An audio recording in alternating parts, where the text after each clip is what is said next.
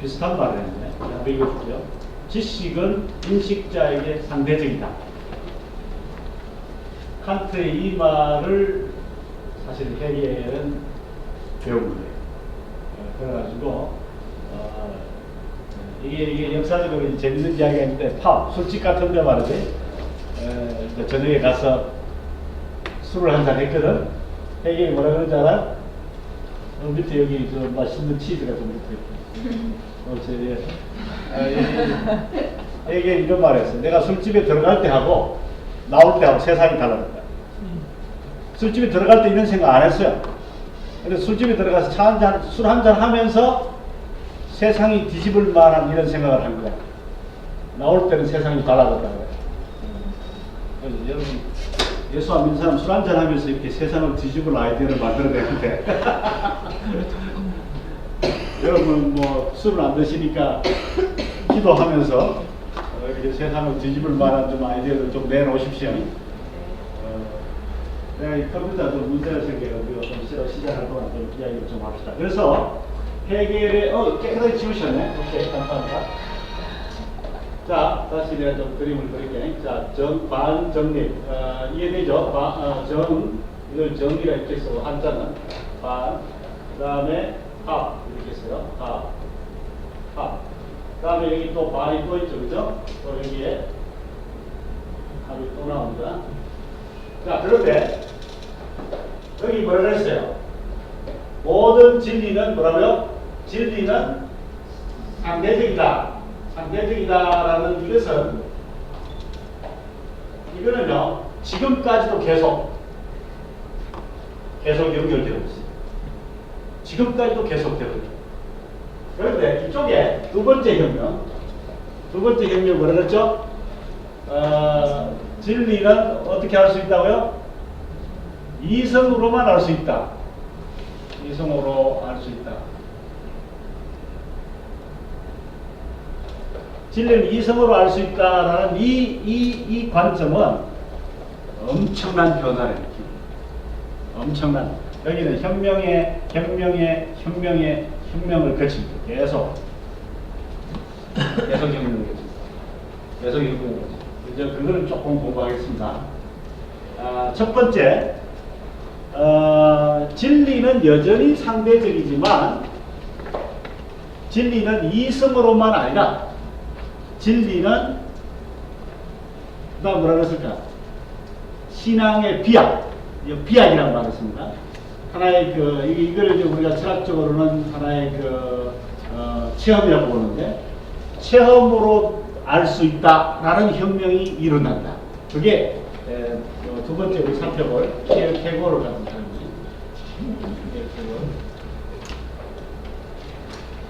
뒤에 있는 거 2번 아시겠습니까? 한번 읽어볼까요? 여러분 페이퍼가 위에 있는지 한번 다 같이 한번 봅시다. 시작.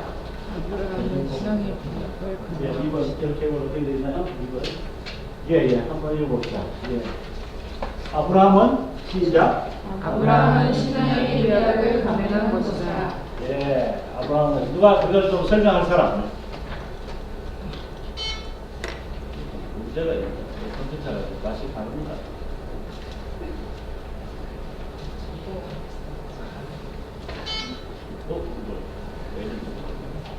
봐주실래요? 이게 지금 효과가 불러 나오네? 불러 나오네.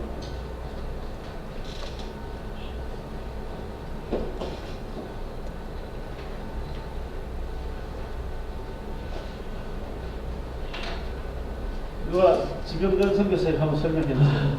한번 설명해봐요. 신앙의 기억해보는 입장. 기억해볼 입장에서 한번 설명해보세요. 아브라함은 신앙의 비약으로 이삭을 바쳤다. 다시 어제 우리 잔잔한 이야기를 했는데 내가 설명할 테니까 그 다음 좀 반대 의견을 이야기하세요. 아브라함이 이삭을 바친 사건을 키엘케고는 어떻게 설명하면 이렇습니다.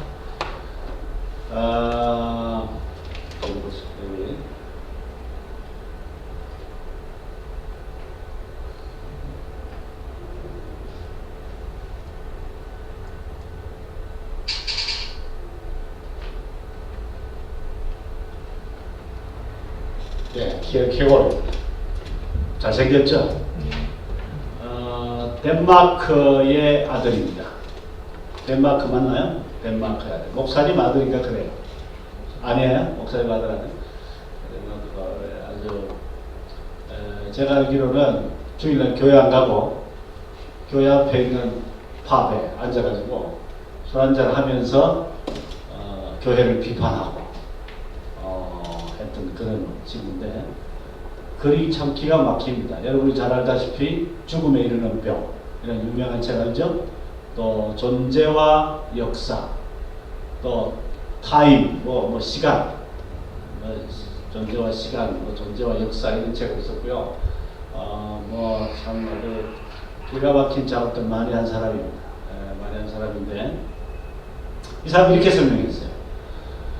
하나님이 아브라함 보고 자기 아들 이삭을 바치라고. 그러니까 아브라함이 그 전능하신 하나님의 말씀을 듣자마자 아무런 생각 없이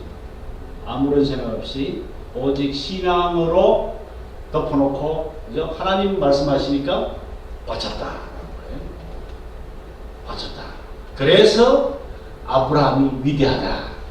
자, 제가 한 말에 여기에 모습 있는 게 있습니까? 없습니까? 뭐 아무런 생각 없이 또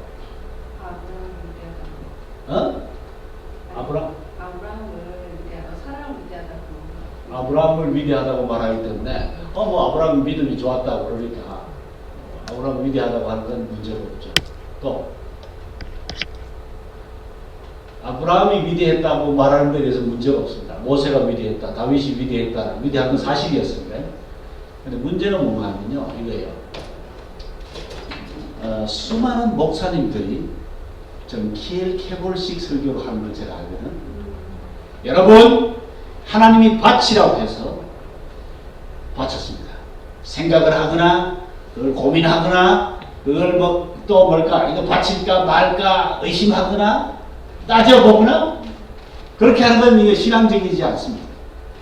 아브라함처럼 하나님이 바치라 그러면 그냥 눈 딱 감고 아들을 바쳐야 됩니다. 여러분, 이거 완전 키엘케골식 설교예요. 그러니까 여러분 서양 역사를 공부해보면요, 아브라함이 이삭을 바친 사건에 대해서 이야기해보지 않은 철학자 아무도 없습니다. 모든 철학자는, 서양의 모든 철학자는 아브라함의 이 사건을 다 한 번씩 짚습니다. 그리고 자기 나름으로 해석을 내놓습니다. 왜냐하면 이게 너무나 유명한 사건이기 때문에요. 이걸 그게 충전이 안 돼서 그런 것 같아요. 배터리는 안 넘어가죠. 그래가지고는 아마 접촉이 안 되셔가지고는 자꾸 중간에 대기 모드로 빠지신 것 같거든요. 그래서 이게 지금 자꾸 문제가 있는 것 같아서 내가 땡기라는 문제도 연결 잘 돼 있는 것 같아요. 다시 켜볼게요. 이건 확실히 체크해야 돼요. 미안합니다. 불이 들어오지 않나요? 연결됐다 안 됐다 한번 볼게요. 밑에 이제 불 들어왔습니다. 예. 네. 아래 저 배터리 양. 컨트롤 5 해도 안 되는 시프트 5. 이제 좀 나와봅시다. 그래서 이제 서양 역사를 보면요, 이 아브라함 사건에 대해서 다 이야기를 하는데 그 중에 이 키엘케고르는 뭐라 그런가 하면요, 이런 겁니다. 자, 이성으로 알 수 있는 게 아니고 하나의 비약이 필요하다. 이 비약은 다른 말로 하면은 하나의 그 체험이다, 이렇게 우리가 해석을 합니다. 여기에 대해서 여러 학자들마다 의견이 좀 다 다르고 말이 많은데요. 이런 거예요. 그림을 그리면서 자, 여기 지금 낭떠러지가 하나 있어요. 낭떠러지가 있고 여기 지금 이렇게 여기에 계곡이 있습니다. 건너가야 됩니다. 근데 지금 여기 섰단 말이에요. 여기 서서 지금 지나가야 되는데 도저히 이게 이성적으로 합리적으로 이걸 생각을 해서는 이거 지금 못 지나가는 거예요. 그래서 여기서 뛰어와가지고 점프를 해야 된다. 점프를 하지 않고는 도저히 못 걷는다는 거죠. 이게 이제 케골의 해석이라 이렇게 봅니다. 아브라함에 대한 해석이라 이렇게 점프를 했다. 그죠? 건전한 기독교는 어떻게 말하는가 하면 이 사람이 건너야 되는데 여기 나무가 하나 이렇게 크게 서 있는데 이 나무의 가지가 이렇게 들어져 있다. 이 나무 가지가. 이 나무 가지를 붙잡고 뛰어넘는다. 그런데 이 가지가 충분히 튼튼한가를 확인한 후에 이 가지가 내 몸무게를 유지할 만큼 튼튼한가를 확인한 후에 이 가지를 붙잡고 뛰어넘는 게 기독교 신앙이다. 아브라함이다. 다시 말하면 아브라함은 히브리서 11장에 의하면 하나님의 명령을 받고 하나님이 이삭을 통해서 모래알보다 하늘의 별보다도 더 많은 후손을 주시겠다는 그 약속을 믿었다. 그 약속을 붙잡았다. 두 번째, 하나님은 비록 이삭이 죽게 되더라도 내가 죽이더라도 죽은 자 가운데서 다시 살아날 것도 믿었다는 거죠. 이 두 번째. 또 하나 세 번째, 아브라함은 하나님이 자기가 깨달은 하나님은 전능한 하나님입니다. 그리고 역사의 주관자이시기 때문에 하나님이 말씀하실 때는 이유가 있을 것이다 라고 맡겼다는 거예요. 그래서 이런 아브라함이 이렇게 뛰어넘을 때는 비약이 아니라 신앙이다. 신앙. 이건 신앙이라 그래요. 이건 신앙이라 그러고 아까 무조건 뛰어넘는 건 비약이라 그러는데 지금 많은 사람들이 예수를 믿는다는 건 우리 인간 이성으로 도저히 이해가 안 되기 때문에 비약한다고 생각합니다. 점프한다고 생각합니다. 성경은 뭐라 그러냐면 비약이 아니고 하나님의 역사와 하나님의 전능하심과 하나님의 약속과 하나님이 죽음 가운데서도 살리실 걸 믿고 그분을 믿고 뛰어넘는 건 신앙이라고 생각합니다. 그래서 이 케골은 일종의 뭐라는가 하면 기독교의 신앙을 왜곡했다. 전혀 완전히 왜곡한 거 아니에요. 완전히 바꾼 건 아니고 조금 왜곡했다. 왜냐하면요, 여러분 CCC 그 그림 잘 아시죠? 기차가 있으면요, 여기가 이제 여기 엔진이 있습니다. 엔진이 있고 여기 이제 기차, 객차가 다 있어요. 객차가 다 있으면. 객차가 있으면 많은 사람들이 기독교를 어떻게 믿는가 하면은 케골처럼 믿는다는 거죠. 이게 제일 앞에 오는 게 신앙이라는 거예요. 제일 앞에 오는 게. 그 다음에 사실, 그 다음에 또 뭘까? 자기의 감정, 헌신 이런 게 여기 있다는 거예요. 신앙이 없으면 사실도 필요 없다 이렇게 보는 거예요. 이 케골식이에요. 다른 말 하면 이렇습니다. 내가 믿기 때문에 하나님이 계시고 내가 믿기 때문에 예수님이 부활했다고 하는 역사적 사실도 내가 받아들일 수 있고 내가 믿기 때문에 예수님이 나를 위해서 죽었다는 것도 내가 받아들일 수 있다는 거죠. 근데 우리는 이렇게 말합니다. No. 그게 아니고 네가 안 믿어도 예수님은 너를 위해서 죽으셨고 네가 안 믿어도 예수님은 부활하셨고 네가 안 믿어도 하나님은 이 세상을 창조했다 라는 역사적 사실을 우리는 더 중요시. 그 다음에 네가 믿든지 안 믿든지 이건 두 번째라는 거죠. 근데 이 신앙이 이 자리에 오면 어떻게 되는가면요, 내가 믿어야 기독교가 사실이 됩니다. 우리는 뭐라든가 네가 안 믿어도 기독교는 사실이에요. 하나님 살아계시고. 어느 쪽입니까? 케골은 진리는 상대적이라는 이걸 받아들였어요. 이걸 놓치면 안 됩니다. 진리는 상대적이라는 거. 그 다음 두 번째, 이 진리를 받아들이는 이 방법이 해결은 이성으로만 이게 문제가 있잖아요. 그죠? 문제가. 그래가지고 체험이라는 영역, 방법을 다시 복구했다. 다시 찾았다. 그래서 찾았는데 이걸 또 어떻게 또 무시하게 되겠죠. 어떤 면에서. 그래서 저희 그 라브리에서는 이 케골의 키엘케골이 엄청난 그 변화를 일으켰다고 봅니다. 어떻게 서양 역사에 어떻게 변화를 일으켰느냐? 실존주의 시대라는 새로운 시대의 문을 열었다. 다시 말해, 체험이 중요하다. 내가 중요하다. 내가 없으면 하나님도 없고, 내가 없으면 예수님도 필요 없다. 그래서 한번 여러분에게 한번 물어볼게요. 제가 질문할게요. 자, 여기 계시는 분한테 내가 한번 이 성경이 어떠세요? 이 성경이 내가 안 믿어도 이건 성경입니까? 하나님 말씀입니까? 아니면 이 말씀을 내가 믿어야 하나님 말씀입니까? 어? 안 믿어도 말씀이다. 아하, 이제 내한테 이제 드디어 써봤구나. 여기는 어떻게 생각해요? 이걸 안 믿어도 이거 하나님 말씀이에요? 아니면 이걸 내가 믿어야 이거 하나님 말씀이에요? 아하, 어렵지? 지금요, 어떤 목사님들이 이렇게 말해요. 여기에 이 책은 지금 우리나라에 수백만 권 있다는 거예요. 호텔에도 있고, 가는 데마다 다 우리 집에도 20권 있어. 근데 이걸 내가 안 믿으면 소용이 있어요, 없어요? 아무 소용 없거든. 그래서 이걸 내마라 그래요. 그래서 이 말씀이 나에게 오늘 와닿고, 오늘 이 말씀이 나에게 주어지고, 이 말씀이 나에게 깨달아지고 할 때, 이 하나님 말씀이 내 말씀이 된다. 레마라 그러기도 하고, 이게 여러 가지 말씀을 해요. 이것도 일리가 있습니다. 맞는 말이에요. 근데 요즘 그거를 굉장히 중요시 하면서, 그래서 여기 전체에 있는 말씀은 진리를 안 받아들이고, 나한테 온 말씀만 믿으려고 해요. 이게 지금 우리나라의 제일 큰 문제예요. 이해되나요? 근데 또 한편으로는 그 말씀이 맞는 말이에요. 근데 어떤 전제하에 맞는 말이냐면, 네가 안 믿어도 이 말씀은 진리다라는 걸 받아들이는 조건 하에서 이 말씀이 나에게 와닿을 때 그 말씀이 맞는 거예요. 이해되나? 근데 지금 내가 의심스러운 게 이거예요. 이거를 전체적으로 내가 안 믿어도 하나님의 말씀이다라는 객관적 진리는 별로 강조를 안 하고, 뭐만 강조하죠? 내 마음, 개인적 진리, 체험적 진리만 강조합니다.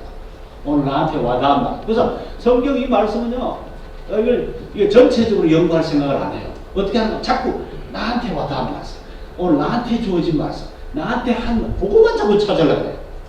그것만 찾다가요, 개발하고 똑같아져요. 이해됩니까? 이걸 실존적 해석이라고 해요. 실존적 기독교의 하나의 측면인데, 지금처럼 볼 때 있습니다. 보수적인 기독교인들은 이렇게 말해요. 자매 이야기 잘해요. 보수적인 기독교인들, 나도 그래. 보수적인 기독교인 뭐라고? 네가 안 믿어도 이게 진리야. 이거 얼마나 잘 믿는지 몰라. 이거 엄청나게 감정을 많이 합니다. 근데 보수주의자는 놓치고 있는 측면이 하나 있는 거는요, 성경은 하나님의 객관적 말씀이라는 걸 잘 믿는데, 이게 오늘 나에게 오시는 말씀, 오늘 나에게 주어지는 말씀, 오늘 하나님이 나에게 들려주는 음성으로 잘 못 받아요. 이게 아주 치명적이에요, 치명적. 그래서 설교를 아무리 하고, 그죠? 큐티를 하고, 강의를 하고, 다른 사람하고 셔링하고, 간증하고 이래도 하나님 음성을 못 듣는 거예요. 하나님 음성을 못 듣는 거예요. 이게 지금 귀가 있어도 듣지 못하는 시대가 됐다는 얘기예요. 귀가 있어도 듣지 못. 지금 하나님 말씀 부족합니까? 여러분 텔레비전 틀면 나오죠. 강의 틀면 나오죠. 얼마나 많습니까, 그죠? 내 말씀으로, 나에게 주어지는 말씀으로 우리를 못 듣고 있는 거예요. 이게 참 치명적인 거예요. 그래서 이 개월 어떤 면에서 경직되고 죽어가는 기독교의 어떤 그 살아있는, 상생이 살아있는 실존적 체험의 세계의 잠을 열어준 사람이. 근데 문제는 개월의 제일 큰 함정은 뭐지? 사실을 놓치는 사실. 역사적 사실. 이때부터 심각해집니다. 이때부터 서양 기독교는 사실이 이제 안 중요한 거예요. 사실이 안 중요해요. 그래서 예수님이 우리를 위해서 돌아가셨든지, 뭐 동정녀 탄생했다든지, 부활했다든지, 이거 이제 더 이상 믿을 수 없는 걸로 되고, 이 더 이상 믿으면 바보가 됩니다. 믿으면 바보. 더 중요한 건 뭐예요? 예수님 부활했다는 그 뭘까? 의미, 그게 중요하다. 의미. 그래서 하나의 기독교가 하나의 뭘까요? 최근에 어떤 유명한 분이 부활을 어떻게 설명하잖아요. 기가 막히게 부활, 예수님이 진짜 죽음에서 살아나셨다. 그게 중요한 게 아니고, 뭐라 그러시더라? 무슨 선물을 통해서 어떤 사람이 새로운 희망을 가지게 된 거, 그걸 부활로 설명하는 나눔. 와, 이제 이게 이제 갈 때까지 간 거지. 가가지고 이거는 완전히 잊혀진 거지. 이제 그게 우리의 기억을 이해됩니까? 그래서 비아, the leaf 하고 face하고 다릅니다. 이해됩니까? 우리가 말하는 신앙이라고 하는 건 역사적 근거가 있는 거예요. 내용이 있다. 이해됩니까? 이 성경 말씀의 역사적 사실을 내가 믿는 거지 아무거나 내가 믿는 게 아니라. 그런데 지금 우리 사회는 지금 비아를 굉장히 강조를 많이 하고 있는 듯한 그 사람도 그렇고. 질문 있습니까? 네, 제가 조금 이제 예. 여기에서 알아서가 아니라 제가 조금 관심을 가지고 있기 때문에 약간 좀 변명을 좀 하고 변명을 좀 하시죠. 부분이 시대적으로는 개혁교회 그가 살았던 시대는 국교화된 교회가 맞아요. 그 말하자면 지금의 교회처럼 매너리즘에 빠진 교회의 모습 속에서 그가 견딜 수 없었다는 것하고 맞습니다.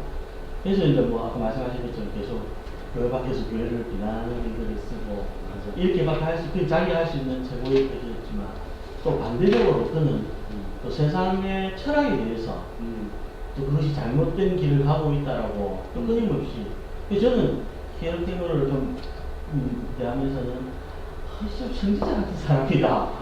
이런 생각을 좀 많이 했었거든요. 그 시대였어요. 시대였어요. 근데 이제 제가 지금 이제 왜 히에로테모를 하면 사람들이 좀 비아냥거리는 쪽으로 많이 대하는 것 중에 하나가 신앙의 비약이라는 부분 이런 것들을 조금 너무 폄하하는 부분들이 있어서 사실은 이제 그 어떤 아브라함의 이야기나 이런 것들을 보게 되면 그것은 그 당시에 국교화된 교회 안에서 그 사람들이 하나님을 찾지 않고도 교회 안에서 구원을 얻을 수 있다는 그런 거의 뭐 과거의 카톨릭과 같은 그런 당시에 덴마크 교회가 그 시대의 유럽 교회가 있었으니까 그 앞에서 아브라함을 이야기한 가장 큰 이유는 제가 생각할 때 그 유명한 표현이기도 한데 신 앞에 단독자라는 표현이죠. 맞습니다.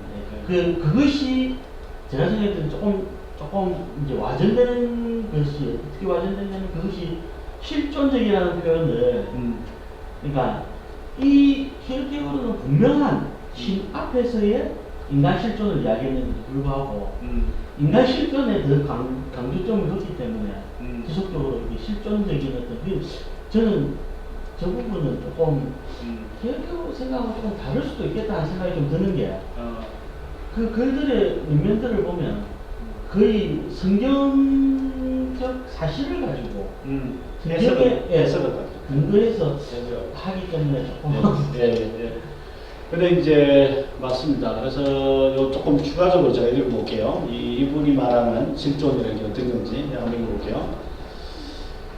인간이 자기 자신과 관계하는 방법은 항상 현실적이며 그것은 항상 새롭고 언제나 하나의 숙제이다. 그것은 시간 밖에 있지만 그것은 시간화를 통해 순간에 의해 자아와 존재의 관계를 결정한다. 그것이 결단이다. 인간 실존은 결단이며 선택이며 의지이며 행동화이며 능동적이다. 그것은 명사가 아니라 동사이며 행위이다. 실체가 아니라 내적 행동이다. 그것은 계속적이며 중단되거나 도피할 수 없는 영속성 안에 있다. 그것은 항상 새로운 비약이며 질적인 비약이다. 항상 새로운 의미의 순간만 있다. 이러한 실존적 행동주의는 를 키엘케고르의 비약이라 한다. 그러니까 여기 비약이라고 할 때 여기 보면요, 지금 방금 제가 읽어드렸듯이 굉장히 살아있는 움직이는 동사라고 하죠. 또 하나의 살아있는 행동이고 실존적 체험, 이걸 이제 강조를 한 겁니다.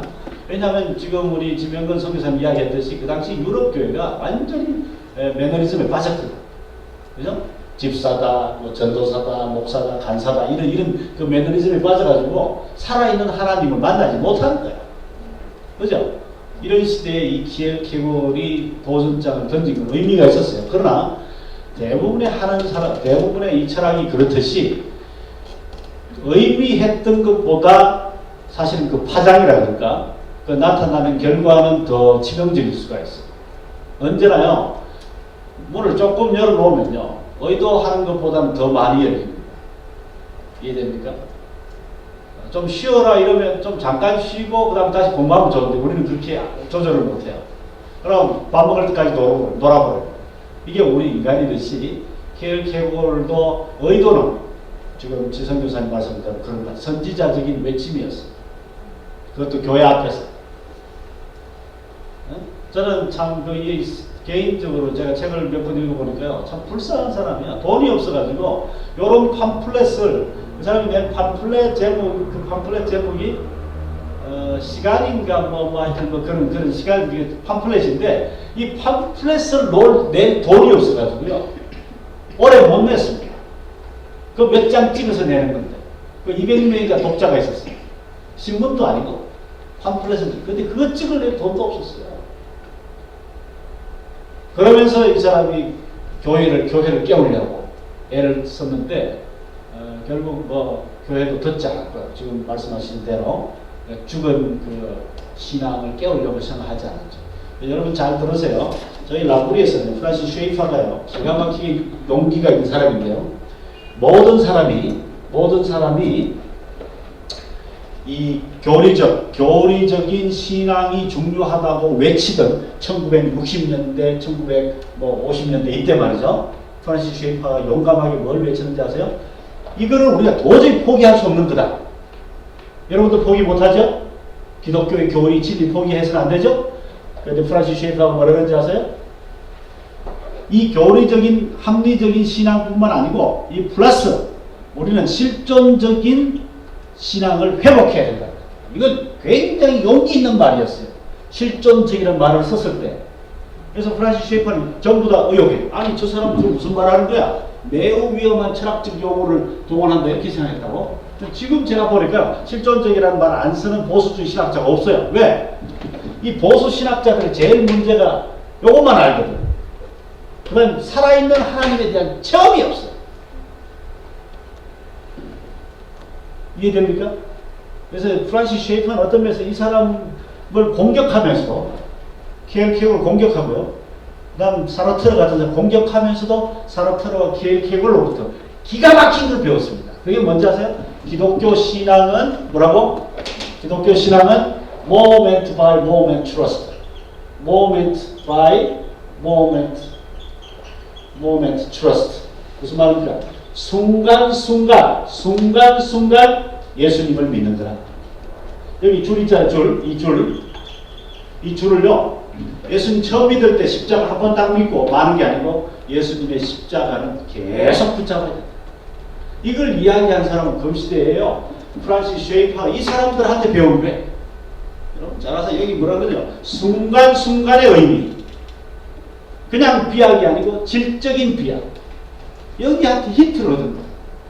그래서 저는 이렇게 말합니다. 예수 안 믿는 사람들이나 자유주의 신학자들한테요, 중요한 걸 배울 게 있어요. 최근에 저는요, 볼트만이라는 신학자가 그렇게 다윗을 연구를 많이 한 줄 몰랐어. 그래서 제가 아주 보수적인 한재호 박사님이라는 분을 통해서 이 루돌프 볼트만이 프란시스 다윗에 대해서 그렇게 이야기 많이 하는, 쉐이퍼도 그렇게 이야기 안 해요. 놀랐어요. 그 레싱이라는 사람이 뭐라 했는가, 독일 신학자인데, 다윗은 냄새 나는 넓은 개천이래. 그래서 다윗의 그 죄를 조사를 했는데, 이 세상에 어떤 죄인들보다 가장 많은 죄를 지은 게 다윗이에요. 그러니까 다윗은 죄를 한 번 지으면 수만 명이 죽을 때, 다윗 때문에 한 명, 두 명 죽은 게 아니라 제사장이 수백 명 죽고, 그죠? 인구조사해가 수만 명 죽이고, 뭐 여차하면 수만 명이, 그 다음에 압살롬 사건 때문에 말이죠, 수십만 명 죽고. 그래서 저는 이렇게 생각합니다. 여러분이요, 이 예수를 잘 안 믿은 자유주의 신학자나 철학자들로부터 우리 진짜 정신 차리고 배울 게 많다는 거 꼭 기억해야 돼요. 하지 마세요. 그래서 이런 걸 공부하면서요. 이 계골의 99%가 쓰레기라 하더라도 1%를 꼭 배워요. 예를 들면 1%를 꼭 배워요.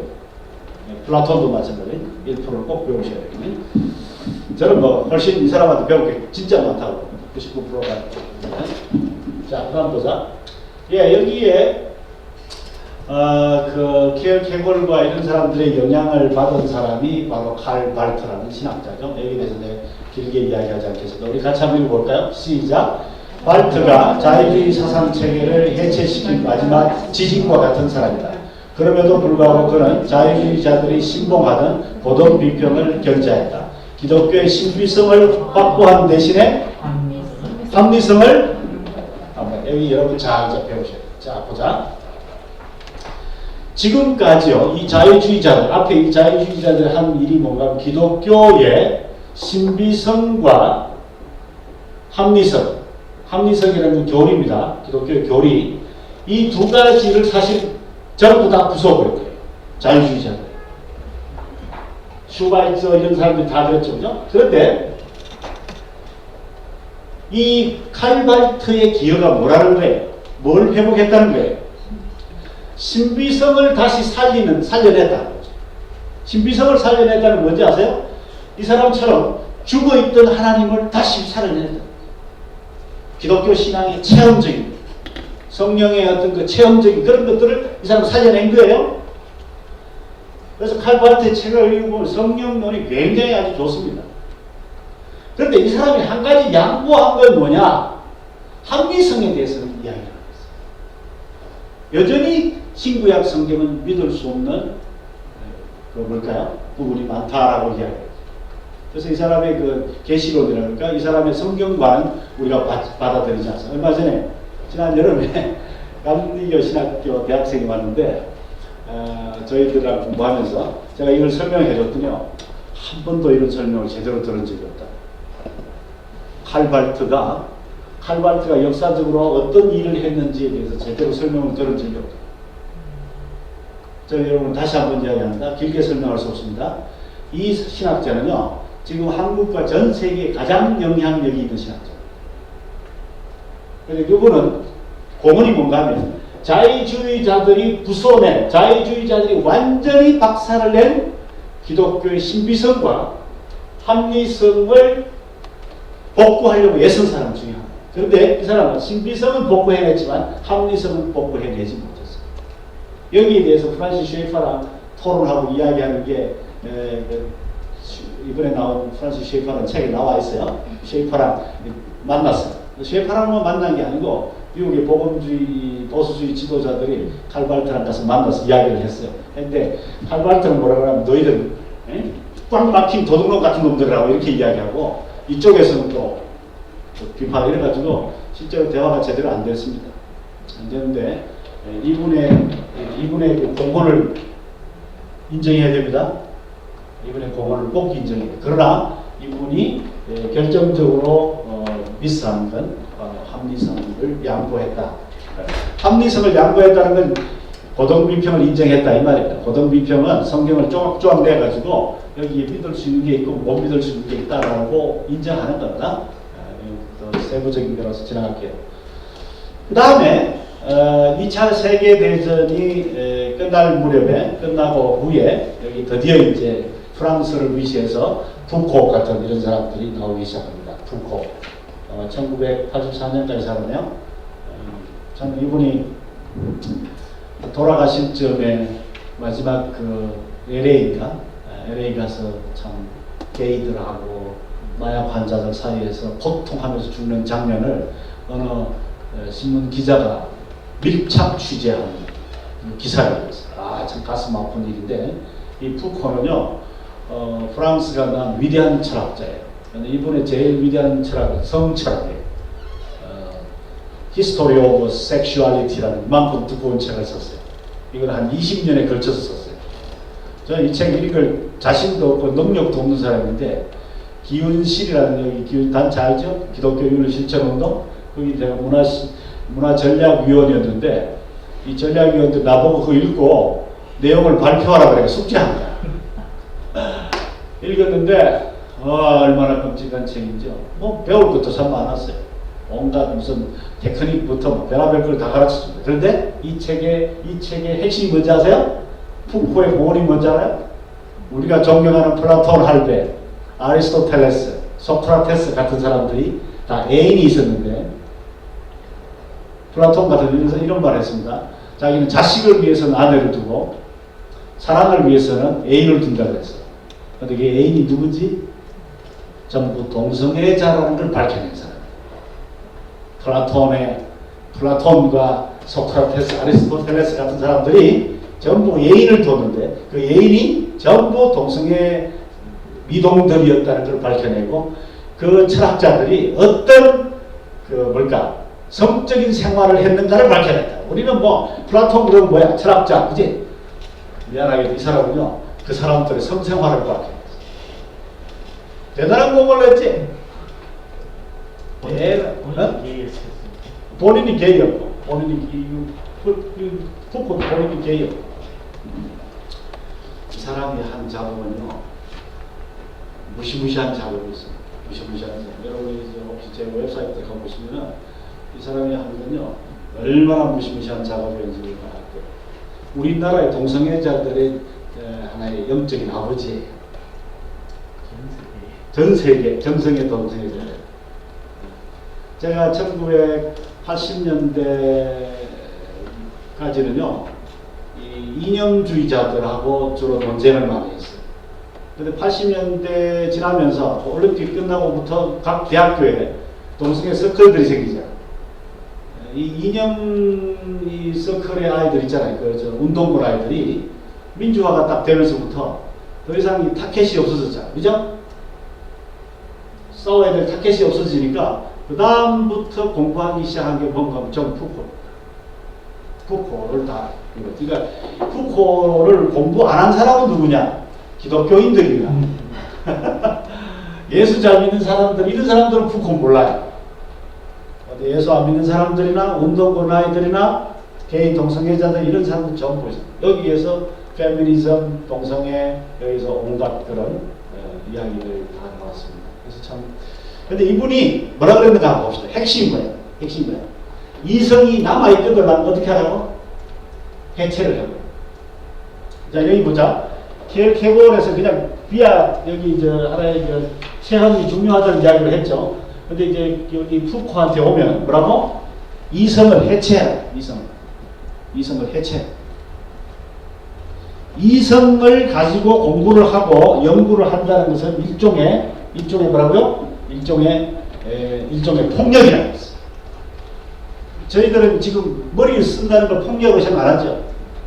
푸코는 뭐라면 너희들 머리를 쓴다는 건 폭력이 쓰지 마라. 머리를 사용하지. 물론 여기에 이성이라고 하는 건 제가 다시 이야기합니다. 여기에서 말하는 이성은 이겁니다. 편견. 제가 푸코를 변호해야 돼요. 편견이에요. 잘못된 편견. 잘못된 도구만. 잘못된 우리의 관습들을 해체하라. 맞아요. 여기 혹시 누가 푸코의 이 이성을 우선 합리적 사고 자체를 말하면 곤란합니다. 그게 아니라 합리적으로 결론을 얻었다고 하는 여러 가지 편견과 관습과 잘못된 것이 이런 이데올로기들을 다 해체하는 거죠. 그래서 그 중에서도 특별히 성에 대해서 섹스에 대한 잘못된 편견을 다 깨부숴라 이렇게 얘기합니다. 그래서 참 그 사람 책 읽으면 무시무시합니다. 자세한 건 여러분이 제 페이퍼를 보시기를 바라고요. 그 다음 좀 지나가자. 보자. 여기 뭐야? 이 영화 안 본 사람 있나요? 안 본 사람 손 들어봐요. 오, 권사님 혼자 안 봤네. 이야, 예, 좋습니다. 왕의 남자 핵심 메시지가 동성애죠. 왕의 남자 핵심 메시지 동성애잖아요. 지금요, 우리나라는요, 영화, 드라마, 저는 드라마를 자주 못 봐서 어떤지는 자세히 잘 사실 모르겠어요. 근데 우리나라 드라마에 종종 나온다면서? 동성애, 요즘 드라마인데? 아예 그게 주제가 되는 드라마도. 드라마도 있었어? 이야, 이게 지금요, 여러분 정신 차려야 돼요. 그러니까 지금 푸코의 영향이 푸코가 성공한 것 같아요. 자기는 마약 환자로 게이로 LA에서 죽어가면서 거의 몸이 썩어갔지만 푸코가 성공한 것 같아요. 그래서 온 세계 게이들이 지금 많아지고 있고요. 저도 게이들 상담도 많이 했고 교회도 생긴 거고요. 심각할 정도입니다. 광기라고 하죠. 이 사람은 이렇게 말, 인간의 꿈과 야수의 악몽의 이면에서 찾아낼 수 있는 마지막 구원이라. 자, 그 다음 보자. 조금 지나가 봅시다. 미소띤 허무지, 리오따. 이건 제가 내일 제가 좀 더 이야기하겠습니다. 리오따를.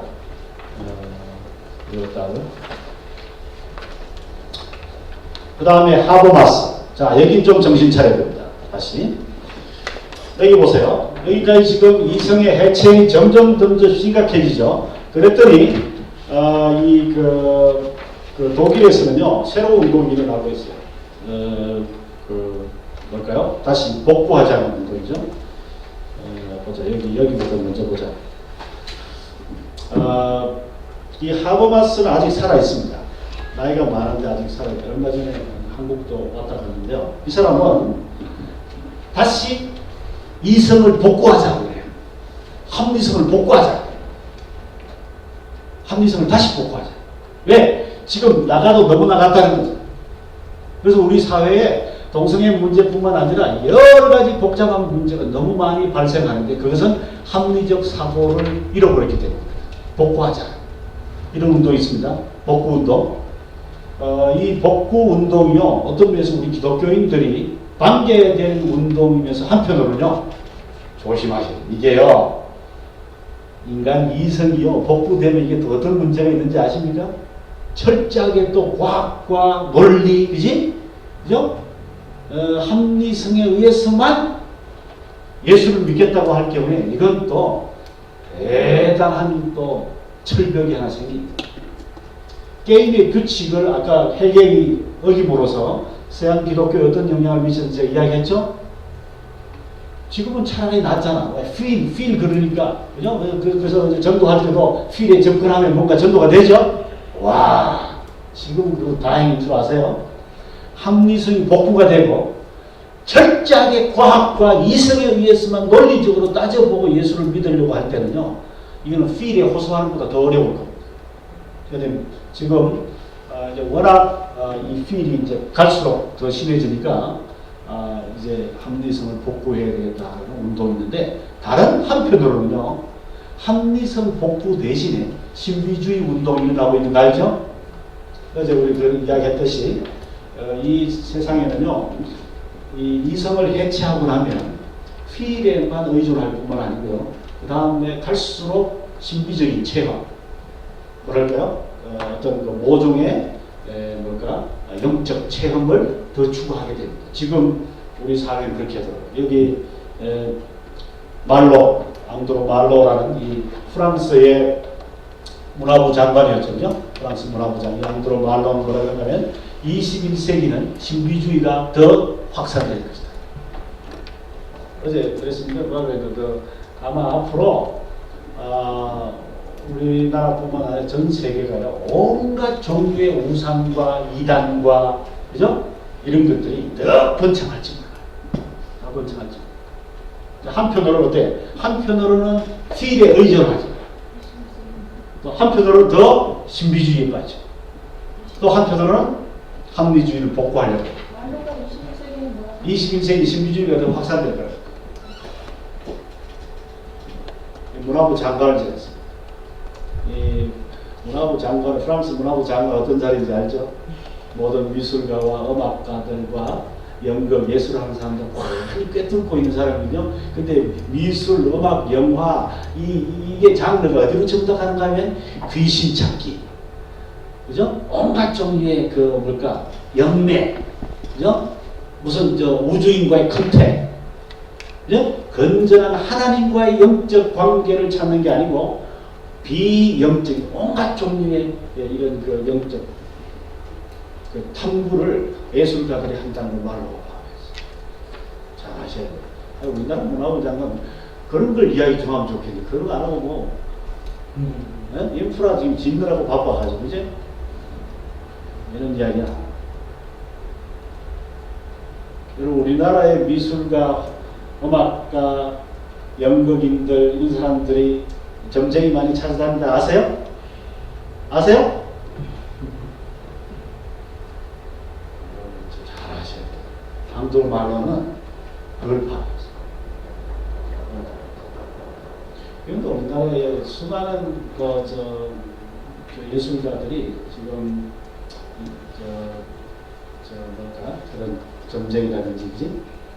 그런 사람을 찾아다닌다는 걸 알고 있어요. 미국의 영화 배우 중에 사이언톨로지 있는 사람도 꽤나 많죠? 꽤나 많죠. 앞으로 더 그런 게 더 심해질 겁니다. 여기 내 사진 나옵니다. 비디오 아티스트 누구지? 백남준. 백남준 이 사람도요 그런 사람입니다. 이 사람은 반한 게 뭔가 무당들한테 무당들. 앞으로 이 예술가들이 점점 그렇게 되고 왜? 여기는 우리 책임도 있어요. 무슨 책임 있죠? 필에 의존한 합리성을 버렸어요. 그래서 필에 의존하는 게 싫고 합리성을 찾기도 싫은 사람이 어디로 갈까요? 모종의 신비적인 탐험을 가겠어요. 저희 나폴리도 그런 놈 갖고 와서 뭐 자기는 아무것도 안 해. 벽만 쳐다보고 저는 하루 종일 있겠습니다. 그다음에 뭐 희한한 무슨 뭘 봤습니다. 한 번은요 캐나다에서 온 어떤 여학생인데 아침 먹을 때 엄청 떠들어. 뭘 떠들으면 어젯밤에 본 그 뭐가 환상을 봤대. 어젯밤에 환상을 그 다음날 또 화려한 환상을 또 봤대. 세 번째가 네 번째 그런 길에 제가 스톱 그랬어요. 스톱. 그러니까 갈수록 불건전한 신비주의가 판을 치게 될 거예요. 그리고 전부 다 사람들이요 그런 영성을 가지고 있는 사람 뭔가 있는 사람인 줄로 아마 착각하게 되죠. 옛날에는 그래도 건전했어요. 뭐 방언을 한다라는 것이 건전했어요. 병을 낫게 해준다. 요즘은 그게 아니야. 예언가들 왜 이렇게 많아졌어? 갑자기 예언해준다는 사람이 굉장히 많아졌어요.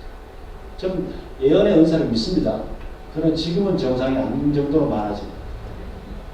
그 다음에 각종 신비주의 실험가들이 얼마나 많은지 말로 예언이 맞는 것 같아요.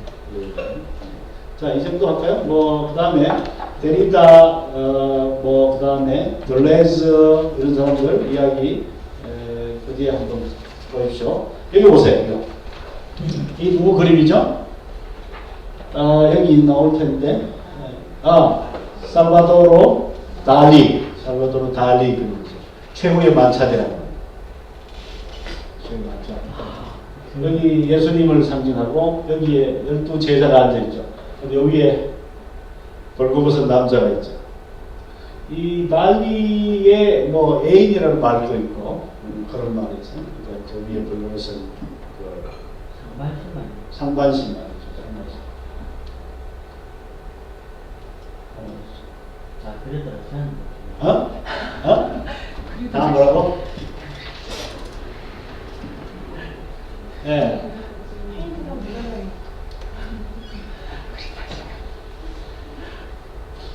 달리에 대한 평가는 상당히 다르더라고요.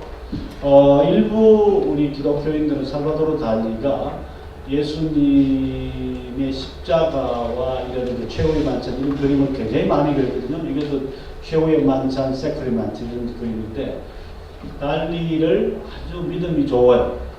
그런 화가라고 평가하는 사람이 굉장히 많아요.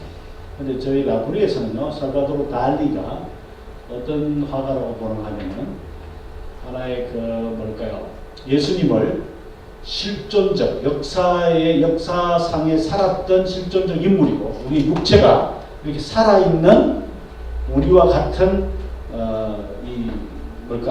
피와 살을 가졌던 그런 분으로 보지 않고 이 그림을 통해서 보면 저 예수님이 일종의 그 뭐랄까 관통할 수 있는 그러니까 그런 분으로 그렸는데 그건 뭔가 하면은 실존하신 역사적 예수가 아니고 일종의 신화적 하나의 그러니까 영웅으로 그리고 있는 게 아닌가 이렇게 이야기를 합니다.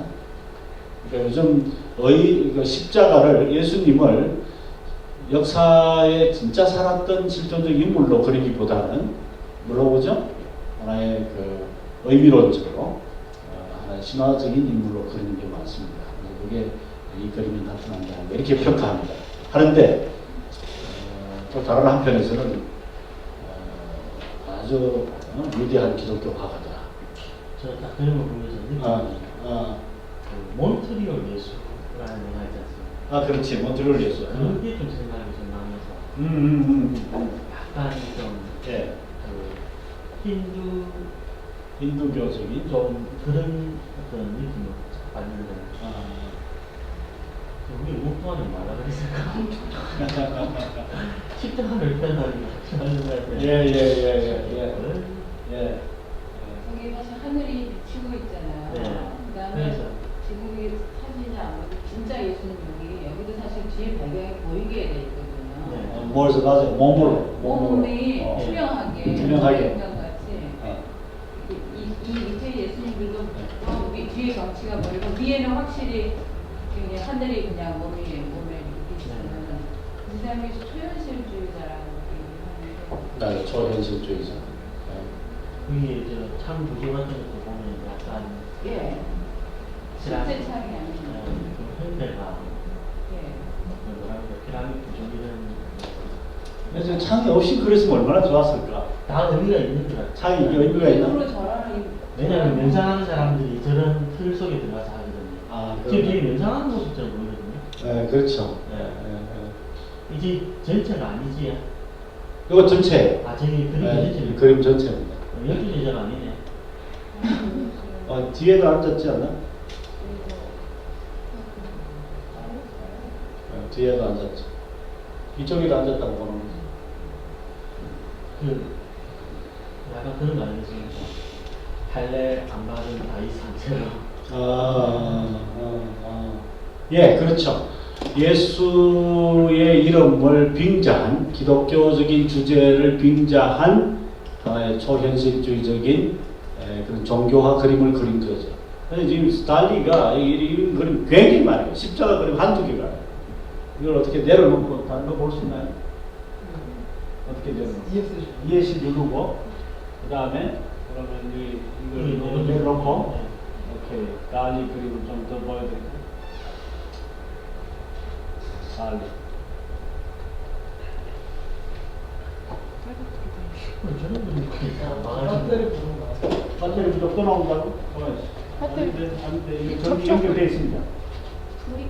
불이 배터리 그게 여기 접촉이 켜졌습니다. 켜져 있습니다. 보이나 이거? 오케이. 불을 한번 꺼보세요. 오케이. 와. 저 위에서 그림 아니 안 보여요.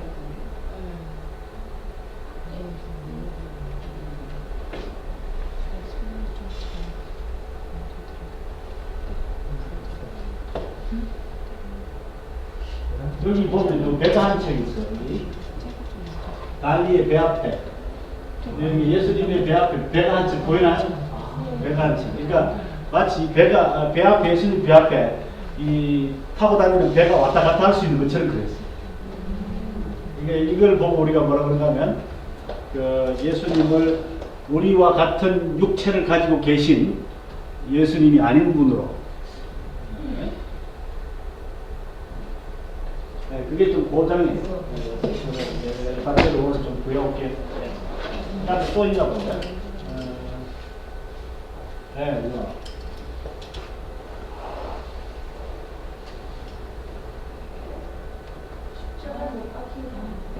십자가에 못 박힌 게 아니에요? 네. 달려있죠.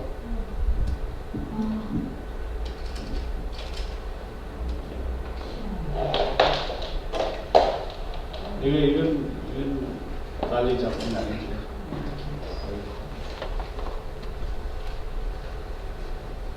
됐습니까? 달리 작품이 그게 다네요. 네. 안 맞을 텐데. 그래요? 좋아. Control F5. Shift F5. 저기 다르죠? 예. 그 다음에 볼까? 그 다음에. 이거는 잘 아시죠? 괜찮아요. 예, 켜도 두샹. 알죠?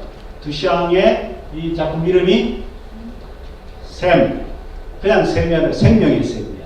근데 화장실 변기입니다. 화장실 변기. 두샹의 생명의 샘. 제가 이거 왜 보여드리냐면요. 일종의 이제 이 이성적인, 합리적인 예술 세계보다도 뭘까요? 일탈, 혹은 느낌, 해체, 그죠? 이미지. 이게 중요하다. 이미지가 중요하다. 이미지가. 자, 뭐보다도 이미지가 중요하다고요? 리얼리티보다도. 나의 실체 리얼리티는 중요하지 않고 리얼리티보다도 훨씬 중요한 건 이미지라는 이미지. 예수도 마찬가지예요. 예수님이 이 땅에 태어나셨다, 돌아가셨다, 이게 중요한 게 아니고 뭐가 중요하다고? 이미지가 중요해요. 예수님은 어떤 이미지를 우리에게 주는가? 사랑의 이미지, 그죠? 뭐 희생의 이미지. 그래서 많은 사람들이 예수님 이야기 얼마나 많이 하는 거죠? 근데 예수님의 십자가 죄의 아주 핵심을 이야기 안 하고 예수님에 대한 이미지를 가지고 있어요. 사랑의 하나님. 이런 이미지. 이 나그네 대접한 이미지. 그래서 여기 속지 마십시오. 그렇지? 여기도 마찬가지입니다. 이게 이제 변기가 일종의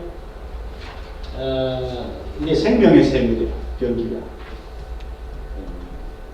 생명의 샘. Fountain of Life. Fountain of Life. 이제 완전 뒤집어서 보자는 거지. 완전 뒤집어서. 우리 한 번도 생명의 샘이라고 안 봤죠? 생명의 샘이라고 안 봤죠? 네. 데리다의 이항 대립 해체. 이게 갈수록 더 하는데요. 이항 대립이라는 건 뭔가 이런 겁니다. 주관과 객관, 감정과 이성, 이런 우리 인간의 기존의 모든 이런 서로 이항 대립하는 것들을 다 해체. 그런 건 없다. 그런 건 더 이상 쓰지 마라. 주관과 객관, 이성과 감정, 그죠? 뭐 논리와 책 이런 말 더 이상 쓰지 마라. 그런 말은 더 이상 쓸 필요 없다. 데리다 여기 아직 살아 있는 것 같아요. 제가 돌아가셨다는 이야기는 제가 모르겠습니다. 그러니까 그 다음에 뭐 신비주의 제가 이미 말로 이야기했죠. 신비주의, 합리주의, 예, 그 가다모하고 그 다음에 또 누구죠? 푸코, 누구야? 하버마스 같은 사람들이 다시 합리성을 복구하자. 뭐 하버마스 같은 사람들은 저는 한편 굉장히 한편 존경하면서도 아까 이야기했듯이 독일식 관념주의가 복구되는 건 저는 반대합니다. 독일식 관념주의가 복구하면 지나치게 논리와 또 이성이 너무 발전되면 오히려 이건 더 심각한 문제. 또 히틀러를 또 만들어낼지 모르고 조심하세요. 예, 데니 들레즈의 유목민족 사고 여러분 아시죠? 유목민족 사고 아주 자유롭습니다. 아주 유목민적인 라이프 이게 아주 요즘 유행이죠. 그래서 이 사람이 굉장히 그 모호한 말들을 많이 하는 것 같아요. 약간 그 동양적인 신비주의와 결합한 말들을 많이 하는 것 같아요. 그러니까 어제 그렇게 이야기했듯이 카오스모스, 이미지, 욕망 이런 단어들을 쓰면서 어떤 그 절대적인 진리는 물론 없고요. 그 다음에 하나의 동서양을 건너뛰는 이런 경계를 넘나드는 사고, 또 기존의 관습이나 편견이나 이런 여러 가지 제도적인 사고를 하지 말라고 뛰어넘어라. 굉장히 그래서 요즘 기업체에서 제일 찾는 사람이 누군가 유목민적 사고를 할 줄 압니다. 굉장히 창의적 사고, 굉장히 일탈적인 사람, 그죠? 다른 사람들이 생각하지 않는 걸 생각하는 사람, 이런 사람들을 찾는다. 이 사람 박사학위 논문 내가 좀 읽어줄게요. 자기는 구절이 있어. 박사학위. 이 사람 박사학위 논문에 뭐라 그러지 않아요? 차이와 반복이라는 논문입니다. 여기서 이렇게 말해요. 나 이전의 모든 철학자들, 이런 말 하면 이제 심각하지. 나 이전의 모든 철학자들, 베르그송, 휴움, 스피노자 등등 모든 철학자들을 나는 새롭게 뒤집어 읽고 싶다. 나는 이 같은 작업을 남창지시라고 말하고 싶다. 창녀지시라고 말하고 싶다. 그러니까 이 사람은, 그래서 이 푸코가, 미셸 푸코가 들레즈의 논문을 받아 들고는 뭐라 그런지 아세요? 푸코가 한 말이 이겁니다. 앞으로 시대는 드디어 들레즈의 시대다. 그걸 읽어보고, 박사학위 논문 읽어보고, 지금까지는 이 꼴통들 철학자들의 시대였다면 이제부터는 이 들레즈의 시대다 할 정도로 이 참 들레즈 기가 막힌 사람입니다. 그 유목민적 사고를 한 대단한 참 우리나라에도 이 사람이 아주 인기가 있습니다. 그래서 수많은 사람들이 이 사람의 사상을 연구하려고 하는데 저도 어려워서 연구 못하겠어요. 하도 왔다 갔다 하기 때문에 저는 도저히 이 사람 따라갈 수가 없는. 저도 이 사람 박사학위 논문 좀 뒤져보려고 펼쳐봤는데 하도 어려워서 이해를 못하겠거든요. 그래서 여러분도 혹시 관심 있으면, 그래서 이 사람의 철학을 한마디로 가로지르기라고 해요. 왔다 갔다 합니다. 가로지르기 철학이 됩니다.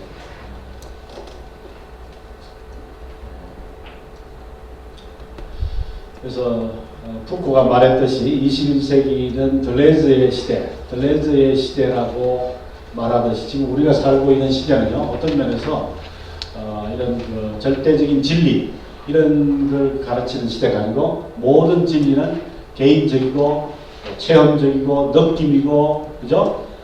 또 혼합적이고 이런 시대입니다. 그 다음에 그것을 아는 방법은 이제는요, 그냥 체험 이 정도가 아니고 그냥 그 뭘까요?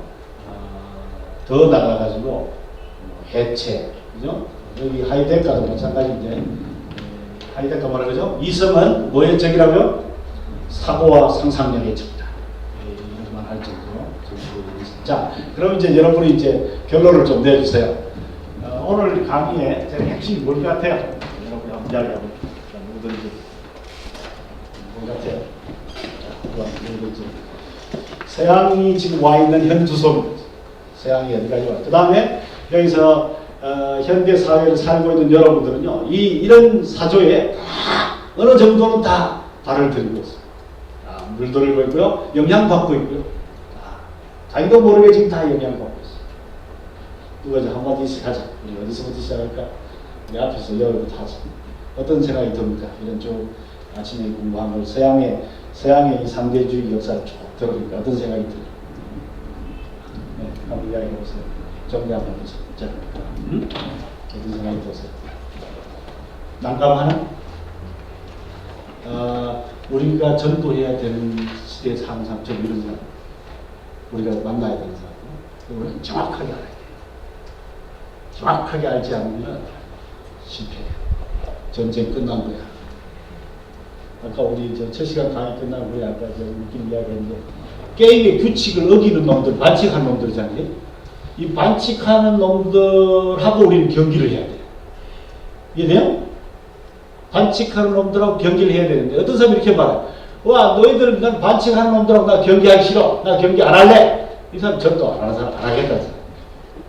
자, 그럼 어떻게 해야 돼요? 이 반칙하는 놈들하고. 자, 뭐든지 이야기 해보세요. 자, 정리를 좀 해보자. 게임할 때 반칙 자꾸 하는 사람하고는 어떻게 놀아야 되지? 놀지 말아야 될까? 노는 방법이 있을까? 내가 좀 시간 그 세 개 반칙을 해. 아하. 예. 그건 심영근 선교사님이 아주 기가 막힌, 반칙 플레이, 반칙을 좋아하는 플레이. 이걸 뭐라 그래야 되나? 이게 무슨 용어가 있어요? 좀 용어를 하나 만들었어요. 반칙을 아주 좋아하는 플레이어가 있어요. 이 사람하고 이 싸우는 방법이 이게 피해버리고, 안 놀아.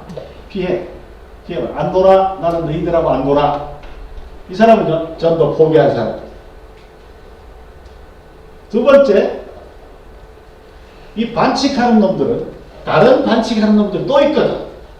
그러니까 이 다른 반칙하는 놈들이, 다른 반칙 플레이어들이 나와가지고 자중질환이 일어나도록 놔두는 거예요. 자중질환이. 나 이거 한자로 못 쓰겠습니다. 기다려. 지금 서양 역사는요, 어떤 면에서 해겔이 반칙을 했잖아, 그지? 근데 거기 키엘케곤이 뒤집어주고, 또 키엘케곤이 뒤집었는데, 그 다음에 푸코가 뒤집고 이렇게 계속해서 자기들끼리 자중질환이 일어나고 있는 거예요. 그거 봤습니까? 이 자중질환이 잘 일어나야 돼요. 근데 이 자중질환에 뛰어들어가가지고, 또 하나의 자중질환을 일으킬 수 있으면 진짜 좋겠어. 그걸 할 수 있는 철학자는 아직 아무도 안 나왔어. 미안하지. 우리 기독교계에서. 세 번째, 이런 놈들하고 뭐라면? 나도 태클 같이 하면서 나도 이제 여기에 이 플레이어에 뛰어들어가는 거야. 근데 태클을 할 때 그냥 아주 나쁘게 태클을 할 수도 있지만 허용된 범위 안에 태클을 하는 게 있잖아요. 그런 방법으로 아주 건전한 건전한 반칙이 있나? 건전한 반칙을 하면서 하는 거야. 벤치기라고 하면 돼요. 그 벤치기라고 해. 벤치기를 하든지, 벤치기. 그러니까, 여러분 잘 아셔야 돼요. 지금 우리가 선택 기회가 별로 없습니다. 미안하지. 선택 기회가 별로 없어요. 자, 한번 누가 얘기해보죠. 어떻게, 이런 시대 속에 어떻게 하면 되겠나? 어떤 생각이 드세요? 좀 정리 한번 해보죠. 자, 제가 말하시는 분이 어떻게 어떤 생각이 드세요?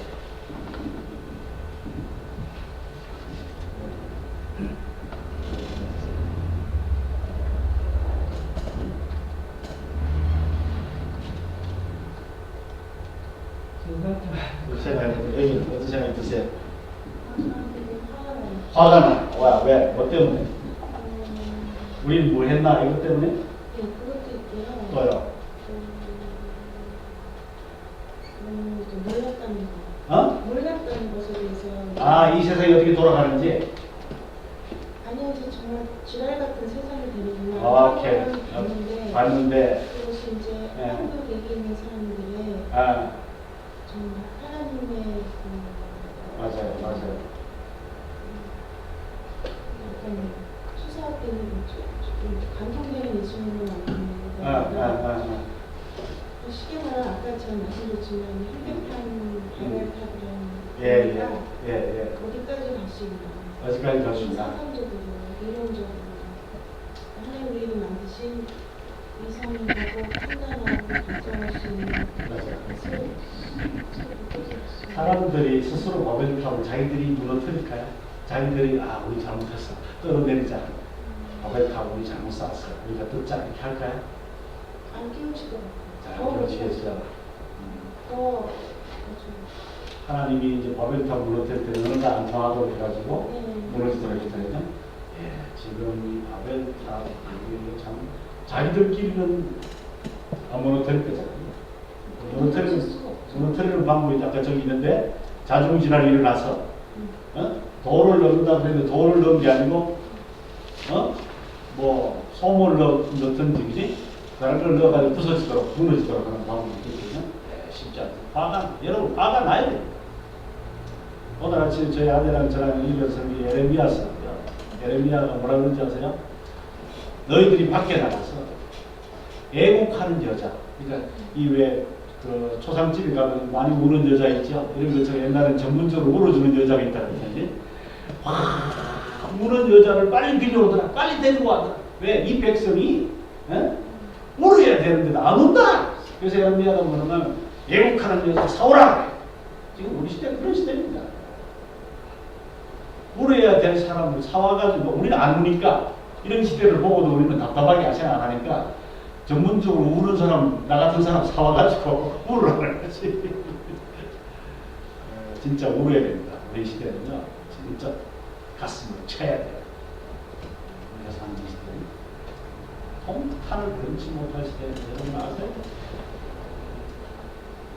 이 세상은 다 지금 어떤 면에서 이런 사람들한테 반응을 하습니다. 드라마, 영화, 음악. 여러분 지금 그 Girls' Generations라는 노래 들어봤어요? 소녀시대 노래 들어봤어요? 예? 소녀시대 노래 들어봤어요? 소녀시대 뭔지 알아요? 네, 소원을 말해봐. 근데 그 뮤직비디오를 우리가 봤는데 지난 학기 우리 학생들 뮤직비디오 봤는데 이 소녀들이 꽃 들고 분홍색 침대가 나오고 남자를 분홍색 침대 위에 올라서서 여자애들이 남자애들 보고 너희들 소원을 말해봐 이러고 남자들 보고 남자들 손만 나오고 털이 북석북석 손만 이렇게 나오고 누군지 안 보여줘요. 근데 여자애들이 계속해서 소원을 말해봐. 그래서 그 소원이 뭘까? 니랑 자고 싶어. 이런 거잖아. 근데 이 여자 걸스 제너럴 시대 이 소녀 시대 애들이 말이죠. 그 이쁜 애들이 몇 명? 7, 8명. 완전히 그 조각 소녀들이에요. 얼굴과 다리와 이 모든 걸 그냥 그대로 다 똑같이 만들었어. 어디 똑같은 성형을 배삭하는가? 똑같이 만들었는데 이 아이들이 말이죠. 소녀를 말해. 노래 한번 보시죠. 저도 그거 울어야 됩니다. 가슴을 통창. 여러분 소녀시대 그 가수 그 노래를 틀어놓고 들으세요. 저희 나들이 옛날부터 들었습니다. 가장 최첨단 제일 유행하는 그 노래 앨범을 사다가 듣고 그 노래를 부를 수 있어요. 프란시스 쉐이퍼는 걔도 공연하는데 일부러 돈 주고 가서 봤어요. 저는 안 보내줘요 지금까지. 그런데 가서 보고 프란시스 쉐이퍼는 시간만 있으면 그걸 불러대. 불러봐야지 이놈들이 뭘 지금 노래하는지 알 수가 있거든. 그래서 여러분 숙제 있습니다. 소녀시대 소원을 말해봐. 그 가사를 다 다운로드 받아가지고 그 분석해요. 세계관에서 뭘 소원을 말해봐라. 그 가사를 다운로드. 그 다음에 음악을 들어보세요. 어떤 음악이 문제가 있는지. 이게요. 제가 지금 오늘 강의한 이 모든 결론이 문화가 나타나는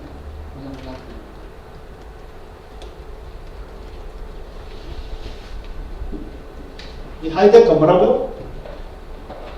이성은 사고와 상상력의 적이래요. 상상력의 적이래요. 근데 지금 교회가 이러고 있어요. 교회가. 그치? 교회가 이러고 있어요. 저는 너무 지나치게 이성을 개발하는 것도 전 반대입니다. 저희 마을에서는요.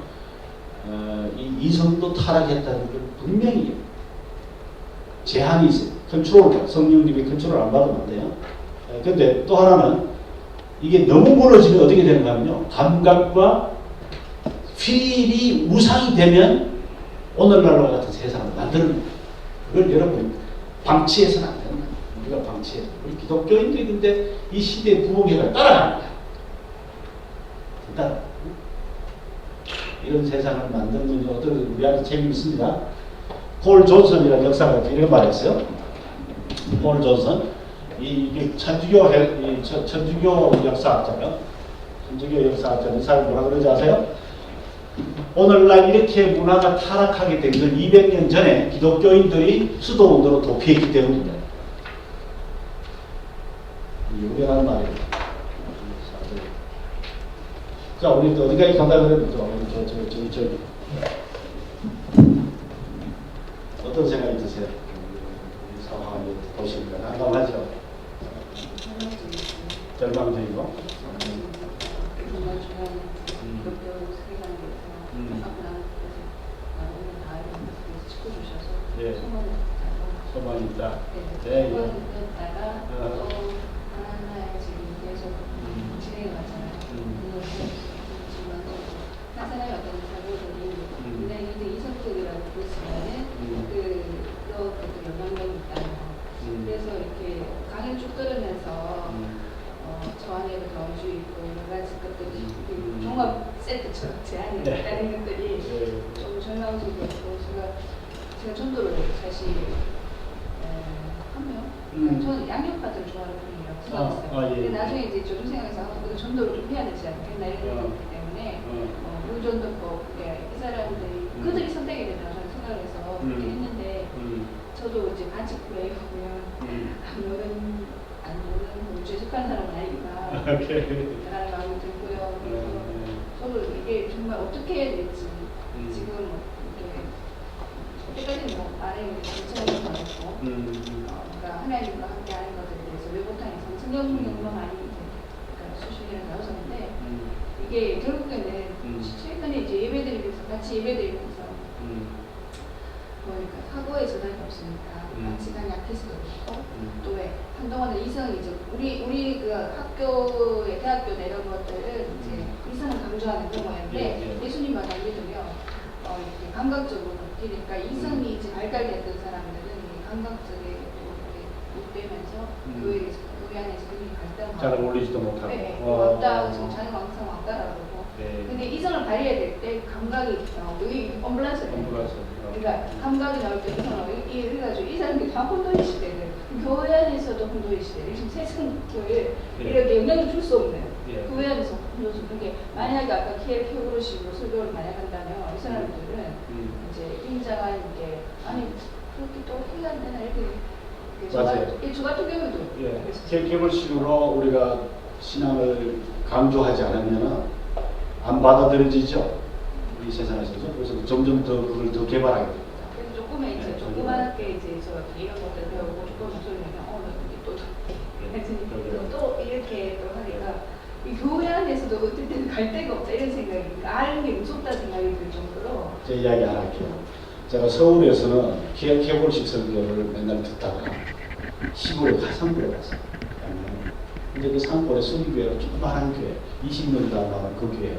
젊은 목사님이 설교를 하는데 창세기 22장 그 케이블 설교를 하는 거야. 케이블 설교, 아브라함 설교를 하는데 케이블을 하고는 전혀 차원이 다른 설교를 합니다. 지금 어떤 현상이 벌어진지 아세요? 전양 농촌 산골에서는 오히려 순수한 복음을 전하고 있어요. 제대로 설교를 하고 있어요. 여러분 아브라함을 보세요. 히브리서 11장에 보면 아브라함이 하나님이 어떤 분인 것도 알고 어떤 분인 것도 알고 어떤 분을 믿고 그 다음에 이런 헌신을 했습니다. 이렇게 설교해요. 이제 여기 큰데 어디 가니까 그것도 절미하고 여러분 아브라함 보세요. 여러분도 이렇게 비약해요. 그러니까 그건요 기독교 신앙을 완전히 왜곡시키는 겁니다. 지금 그래서 말씀하신 끊어서 미안한데 일종의 이제 시대적인 부흥을 해야 된다고 생각하고 이 시대에 맞게 접근했죠. 했는데 똑같은 방법을 했죠.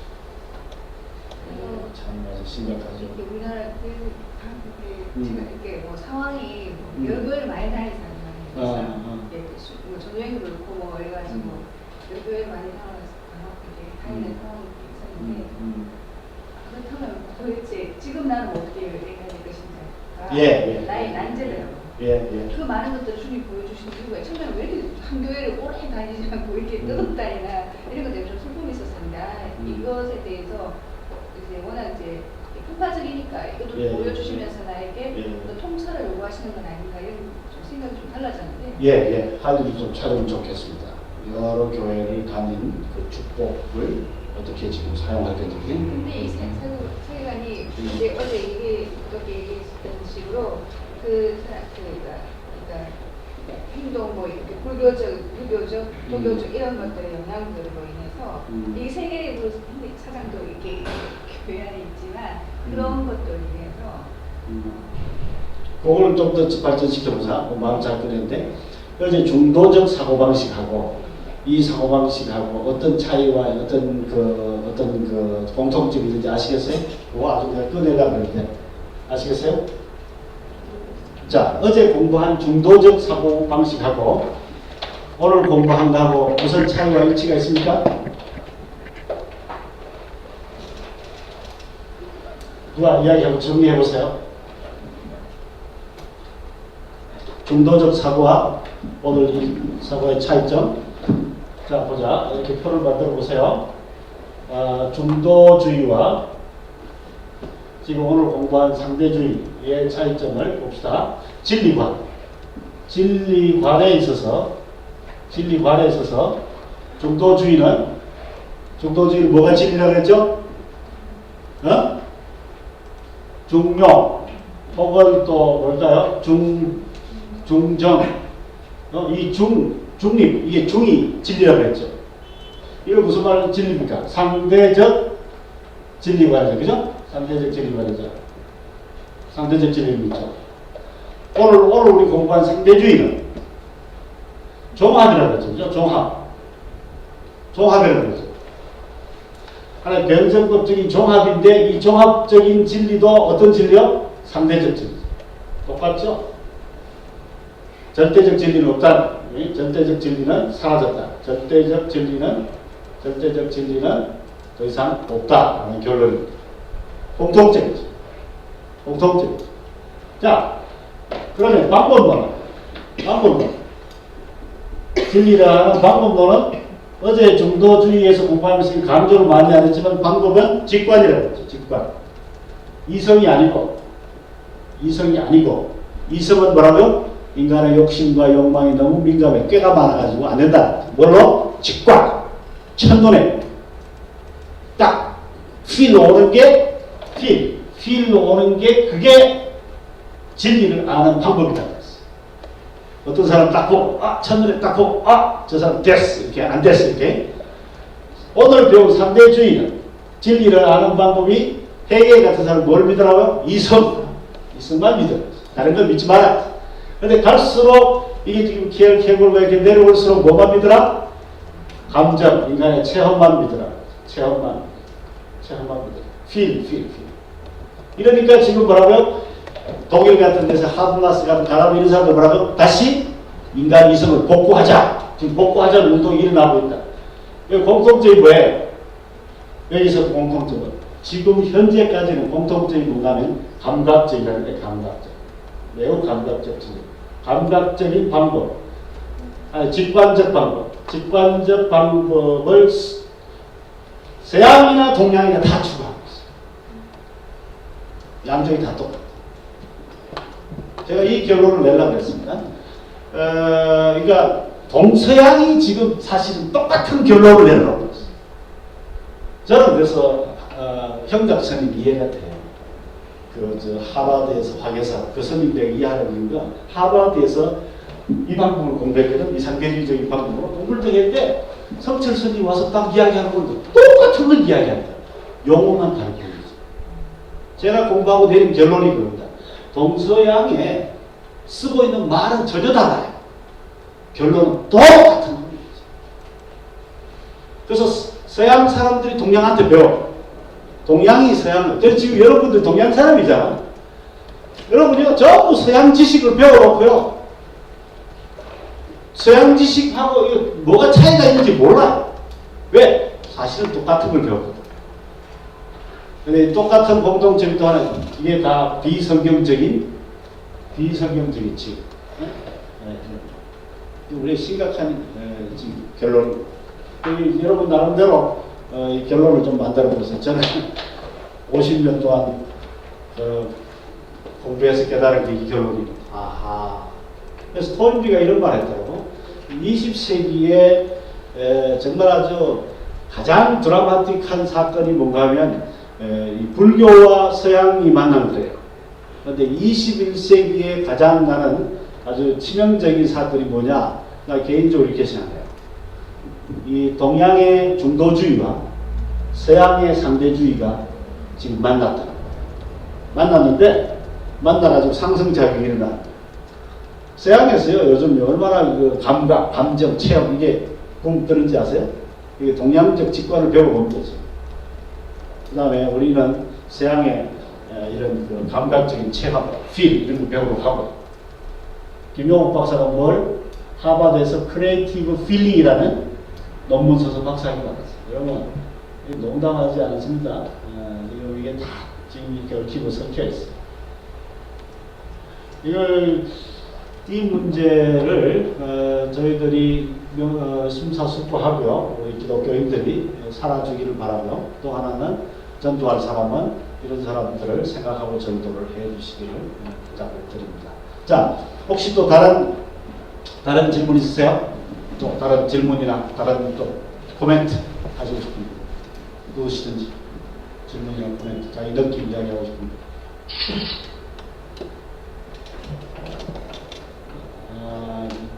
이거 좀 설명하고 마칠게요. 하나 더 있네. 오케이. 여기 우리나라 미술계 흐름입니다. 지금 광주 비엔날레에서 대상을 받았던 그림이에요. 서정태. 무슨 그림 같아요? 실제로 이 그림이 어느 사이즈 여기서부터 저기 이거 한 2배 정도, 3배 정도 큰 그림. 이게 하나하나 큰 사진이 안 찍혀가지고 제가 세 컷으로 찍어. 굉장히 대작입니다. 근데 여기 한번 읽어보자. 여기 한번 읽어볼까? 한 자매 한번 읽을래?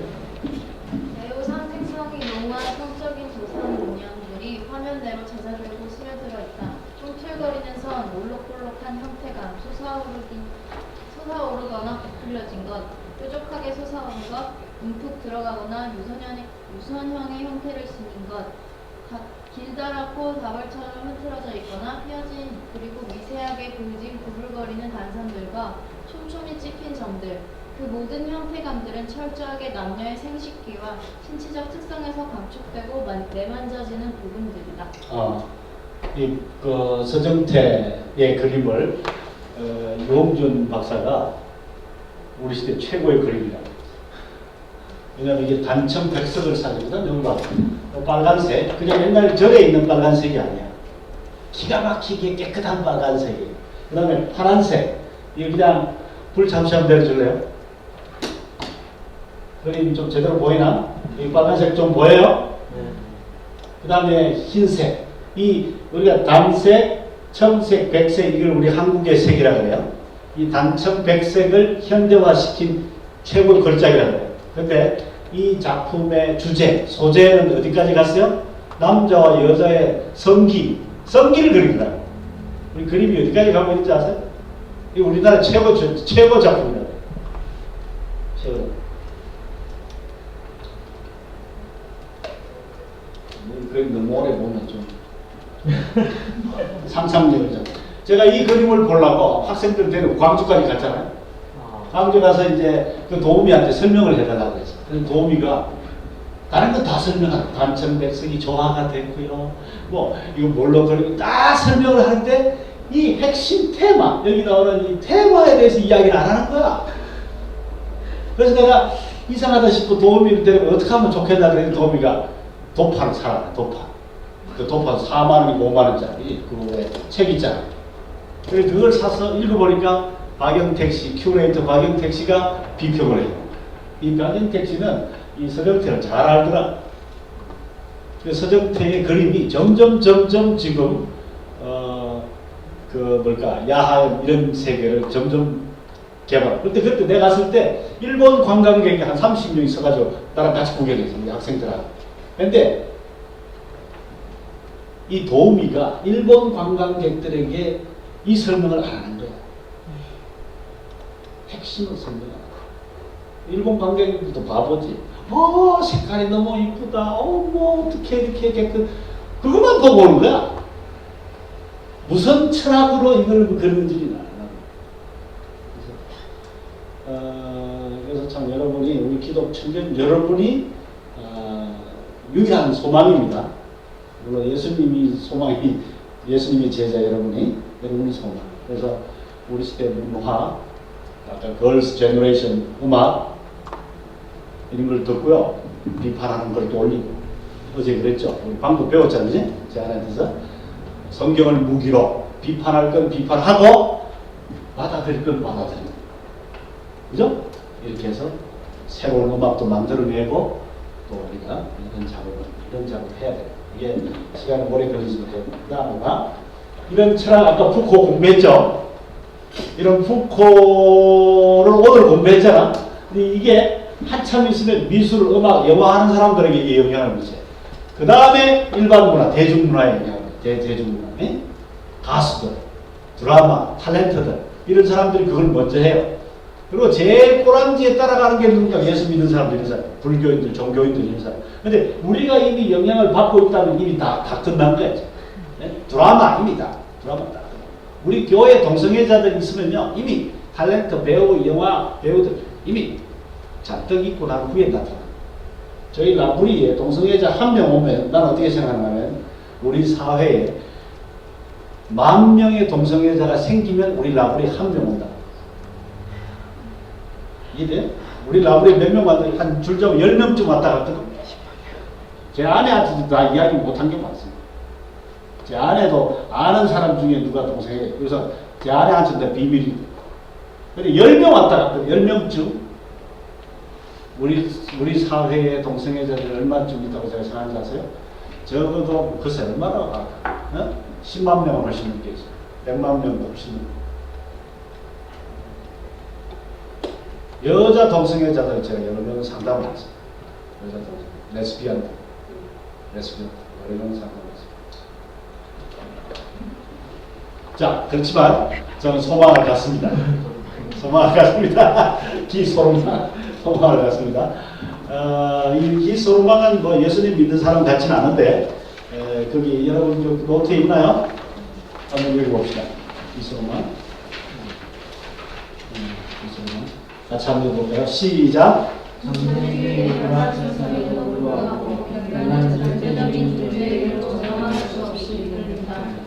금지가 끝나가는 이들 그들이 낡은 강박관념으로 점점 복귀하고 있다. 이제 세상과 대박실성은 점차 상승하고 있습니다. 코코모차에서 우리 지금 미술사에서 베를린 정치사에서 상대들이 위한 일시적인 질적 연약함에 지나지 않는다고 말합니다. 예, 참 소로만 같은 사람이 이런 지적을 해줘서 나는 감사하고요. 또 한 사람은 프란시 셰이퍼. 제가 존경하는 분이고 저희 라브리를 세운 분인데 이걸요 벌써 40년 전에 이야기했다는 걸 기억하세요. 그러니까 우리나라에는 지금 이 현상이 벌어지고 있다. 그래서 저는 이렇게 생각합니다. 어떤 철학 사상이요 전 세계를 퍼지는 데는 적어도 옛날에는 200년 이상 걸렸어요. 헤겔의 사상이 우리나라에 오는 데는 200년이 걸렸어요. 근데 프란시 쉐이퍼의 사상이 우리나라까지 오는 데는요 한 30년 내지 40년이 걸립니다. 지금은요 어떠신지 아세요? 훨씬 빨라졌습니다. 1시간 만에, 1시간 만에, 1분 만에. 근데 저는 어떤 면에서 지금 우리 사회가 이성으로부터 도피하는 게 위험하다. 그래서 건전한 이성을 회복하고 또 하나는 건전한 실존적 체험, 신비주의를 우리가 회복하고 이 두 가지가 균형이 맞아야 돼요. 그래서 저희 라브리에서도 균형을 잃어버릴까 봐 저희 무척 몸부림하고 한편은 너무 공부만 해가지고 머리만 반짝거려서는 안 되겠고 또 한편으로는 체험만 너무 반짝거려가지고 신비주의자가 되어서는 안 되겠고 이 두 가지 균형을 자 여기까지 하겠습니다. 25분인데 질문 있으면 마지막 질문을 하고 그러면 우리 한번 볼게요. 혹시 질문 있으세요? 제가 이 어려운 단위를 예. 어떻게 하면 쉽게 표현할 수 있겠는가 생각을 하다가 이것을 보는 관점은 예술이라는 그 단어를 통해서 예. 생각을 좀 했었거든요. 예. 나도 여기까지 돌아올 줄 알고. 그럼 미안합니다. 거기까지 안 갔어. 그래서 예. 좋은 것 같아서 제가 말씀을 드리는데 뭐 별로 신통치 않아서 뭐 말씀을 안 드렸을 건데. 오케이. 예, 하나님이 천지를 창조하신 것이 벌써 예술이었다지. 예술이었죠. 네. 또 우리가 예배드리는 것도 사실은 예술의 한 부분인데 예배도 그래야 되고 또 그런 면에서 우리가 지금 드리는 예배들은 좀 재고해 볼 필요가 좀 있죠. 그냥 전통적인 예배를 드립니다. 왜냐하면 그것은 하나님이 기뻐하셔야 되는데 우리가 어떻게든 잘해보려고 하는 예배들이 많기 때문에 그것처럼 지금 이 세상 속에 이런 풍조나 이런 것들을 우리가 바라볼 때에 사실은 어려운 말들인데 하나님이 어떻게 기뻐하시겠느냐는 측면 그것의 예술이라는 측면을 생각하고 바라보게 되면 우리가 어떤 행동을 해야 될 것인가에 대해서도 좀 더 구체적으로 나오지 않습니까? 오케이. 예. 그러니까 지금 지명선 기사님 말씀은 이 예술이 사실은 죄로 인해서 네. 다 파괴되고 변질되고 그지 더럽혀졌거든. 그래서 이 다시 그지 하나님의 아름다운 창조 이 예술 세계 복구해야 되는데 그것은 하나님이 기뻐하셔야 되는데 이제 맞아요. 우리가 즐기고 맞아요. 우리가 소비하는 예술로 그러면 안 되죠. 그러니까 예배도 그렇게 되어갈 가능성이 많고 오케이. 특히 이제 직통 예시 이런 것들이 네. 하나님의 기쁨보다는 자신의 일이라든가 자신의 어떤 뭐 내공을 드러내는 것처럼 사용되기도 하고 모든 것들이 그런 관점에서 보게 되니까 조금 제가 정리가 되는 것 같았습니다. 예수전도단에서 나오는 책 중에 내가 하나 얻었는데 지난주에 제가 저 예수전도단 출판사 사장님 만났는데 예배의 예술? 아트 오브 워십 영어 제목은 그걸 우리나라 책으로 번역을 뭐라고 번역했더라? 예배 인도의 예술? 예배 인도의 예술. 모르세요? 우리 저기 예수에 나온 책? 제가 그 책을 받았는데, 그러니까 그 뭘까요? 예수 전도단에 나온 책 중에 하나라고. 아마 그거하고 같은 맥락인 것 같아요. 대단히 감사합니다. 살아있는 예배를 다시 회복할 수 있으면 좋겠습니다. 반칙을 마음에 든다고 아까 얘기를 해가지고요. 생각난 게 뭐냐면 예전에 운동선수, 유도 선수인데 자기는 이게 좀 어떤 환경이 열악해서 아무튼 자기 인생에 실력은 뛰어나지만 경기에 나가면 심판이 이게 어떤 농구가 실력을 드러내면 심판이 자기 편을 들어주지 않아서 항상 지고 또 어떤 상대 국가에 가서 하게 돼도 그 국가의 어떤 그것 때문에 자기가 어떤 확실한 그게 없으면 자꾸 지는 거예요. 금메달을 못 따는 거예요. 계속 떨어져서. 그래서 이 사람이 생각하는 게 절망을 하고 있다가 그럼 내가 확실하게 이기는 방법이 하나밖에 없다 생각을 하니까 한발승부도 이렇게 누가 보더라도 끝나는 경기면 내가 이기는 금메달을 딸 수 있다 해서 무조건 그 경기를 한 판으로 이긴 거예요. 그 경기 내에 한 판승으로. 예.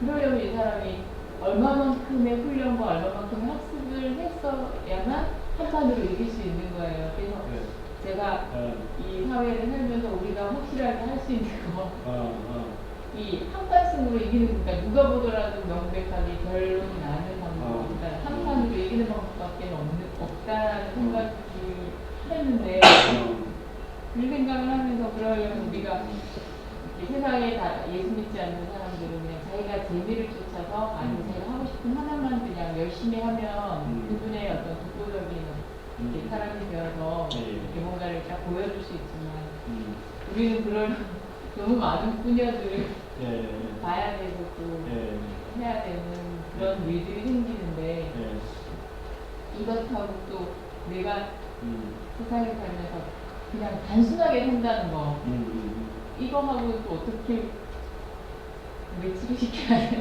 고민한테 좀 생겨가지고 판판성이 클리어하기 깨끗하긴 한데 깨끗한데 그게 잘 안 되잖아. 그걸 하려면 너무 힘든 이런 과정들을 써야 되니까 그러면 또 살면서 내가 또 단순하게 산다는 것과 이렇게 그 많은 학문과 모든 이렇게 열려있는 것들을 내가 또 수용해야 된다는 것은 또 어떻게 이렇게 생각해야 되는데 참 어려운 말씀인데 한판성을 하면 참 깨끗하고 참 좋은데 그러려면 상당히 내공을 많이 쌓아야 되고 또 세상이 한판에 안 무너지고 또 이렇게 나거든. 그래서 참 숙제입니다. 오늘 아침 에레미야 성경을 보니까 그 에레미야가 애곡하는 사람들을 불러다가 뭘 하라 그런가 하면 하나님을 아는 지식, 하나님을 제대로 알도록 하라고 이야기하는 것 같은데 맞아요. 그래서 이렇게 합시다. 제가 맡은 이 강의는요 암울하게도 우리 시대의 정체를 드러내는 거예요. 우리 시대의 현재 우리 사회가 지배받고 있는 여러 가지 세계관들을 공부하는 거니까요. 실제로 아마 제가 이야기한 이것보다 더 멀리 나가는 그룹도 있을 거라고 생각합니다. 그래서 저 내일 시간 되는 대로 포스트 모더니즘 혹은 인본주의라는 걸 제가 강의하려고 하는데 한 걸음 더 어떻게 나가는지 봅시다. 그래서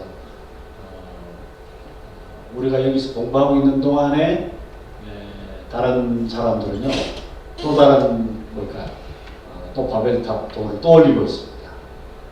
그래서 이 자리에 계신 여러분들은요 정확하게 이 사화의 이 시대가 어떻게 흘러가는지 정확하게 알아야 돼요. 제가 어제 이야기했나요? 앤드류 몰이 이런 말을 했습니다.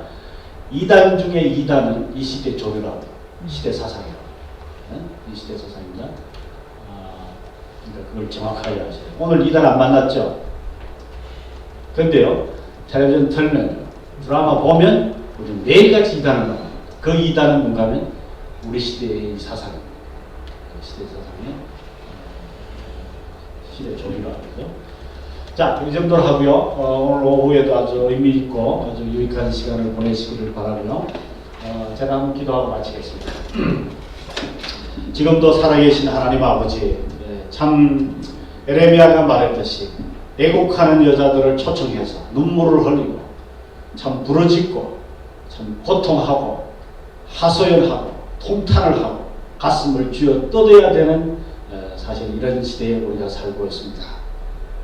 이 시대의 철학자들, 영화인들, 감독들, 또 배우들, 화가들, 우리 시대의 대부분의 이 시대를 지배하고 있는 사람들은 진리가 없다고 말합니다.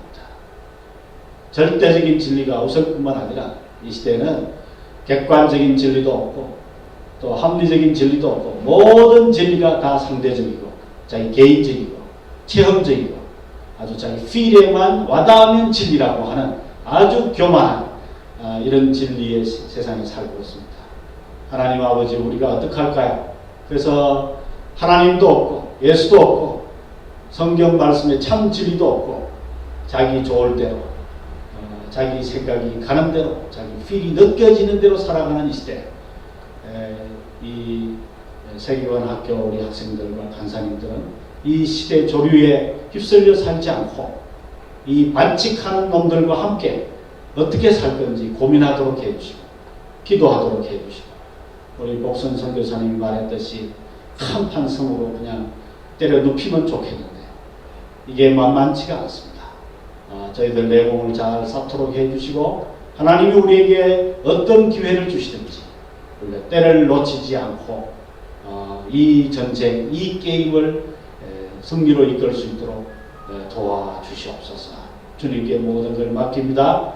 주님께서 우리의 연약함을 아시오니 우리의 부족함을 주님이 채워주시옵소서. 예수 그리스도 이름으로 기도드립니다. 아멘. 네, 아주 좋은 오후 되십시오.